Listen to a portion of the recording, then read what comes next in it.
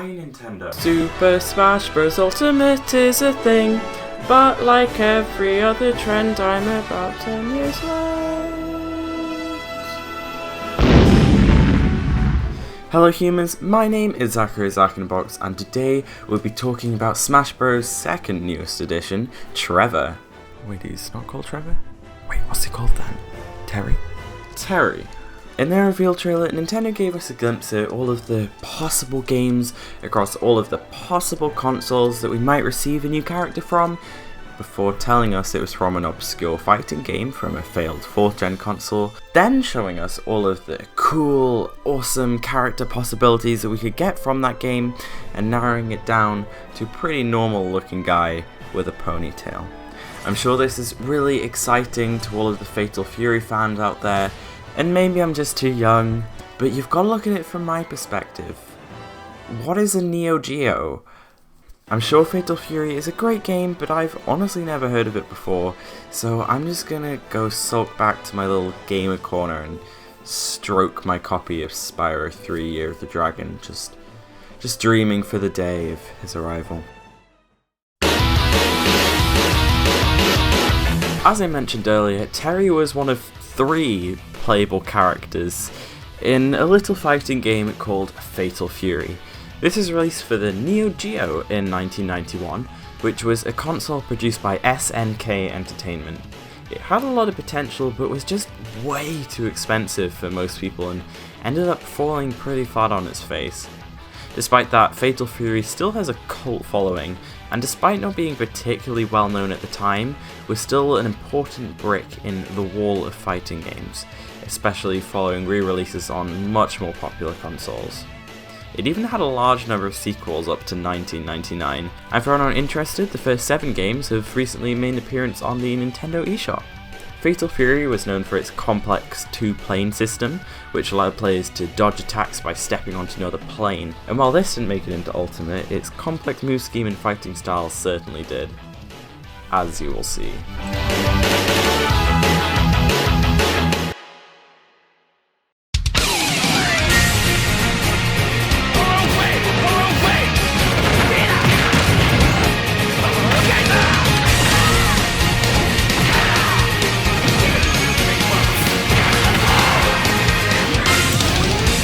Now, Terry is weird, but in a good way. The first thing you'll notice is that, like the Street Fighter guys, he will always face his opponents, which is pretty useful as you never have to worry about missing an attack. But here's my question. How on earth do you ever use his back air? Like, if they're behind you, then you're going to face them, so if you do an air move, it's going to be a forward. As with Ryu and Ken, this is exclusive to one-on-one. Speaking of back air, one of Terry's many interesting quirks is that he is the only character in the game who can perform a back B, and it's quite hard to show you here. I'll put the inputs on the screen. The interesting thing is Nintendo classifies his forward and back B under the same move, but they are pretty different if you have a look. His other special moves include the Floor is Lava, Incineroar up B, and Joker up air. Terry's final smash is also really good. It has a big range and it looks absolutely sick. Although I can't figure out if that last punch is hurting Terry or Mario more. And now a word from our advertisers. Have you ever accidentally spilled super glue on your A button and tried to wipe it off with your thumb only to find your thumb becoming permanently stuck to the A button? Or do you just generally have a deep-rooted phobia of bees? Yes? Then do I have the character for you?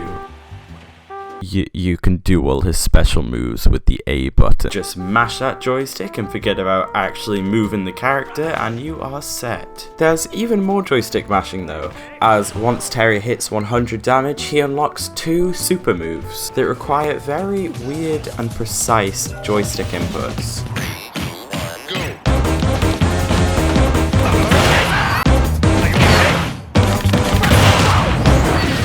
Power Geyser requires you to flick to the side, down and back and press the attack button, and Buster Wolf just requires you to flick to the side twice. Now although these moves are pretty difficult to input in the heat of battle, they deal so much damage and are really good at smashing people, so it's like a last hope when you're about to get defeated. 3, 2, 1, go!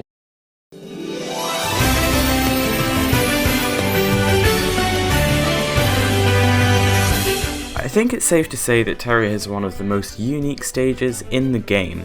The King of Fighters Stadium has these invisible walls on either side, so the horizontal death planes are actually inaccessible. No self-destruction here. So how might you kill someone, I hear you ask? Well, other than smashing them vertically, these walls will crack when you're launched at a high enough velocity, resulting in a seriously cool animation and unavoidable death. Without being able to spike people in edgeguard, this definitely changes the gameplay to be more about just racking up damage, like the old fighting games. Also, Terry has not 10, not 20, but 50 new music tracks. Like, what? These tracks also have really weird names, which I'm sure mean something within the Fatal Fury franchise, but like Duck Dub Dub and Soy Sauce for Geese. That's just hilarious. There's a lot of content here, not even including his actually good alternate skins and overly aggressive voice lines. Buster Wolf! Power Gazer! Brother Cool! Brother Cool! Are you okay? This character is good. Terry!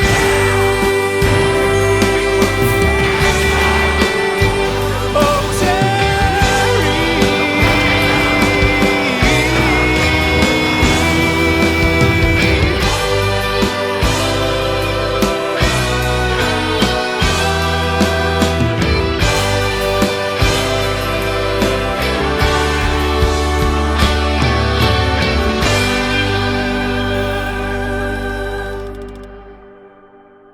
And alas, the video must come to an end.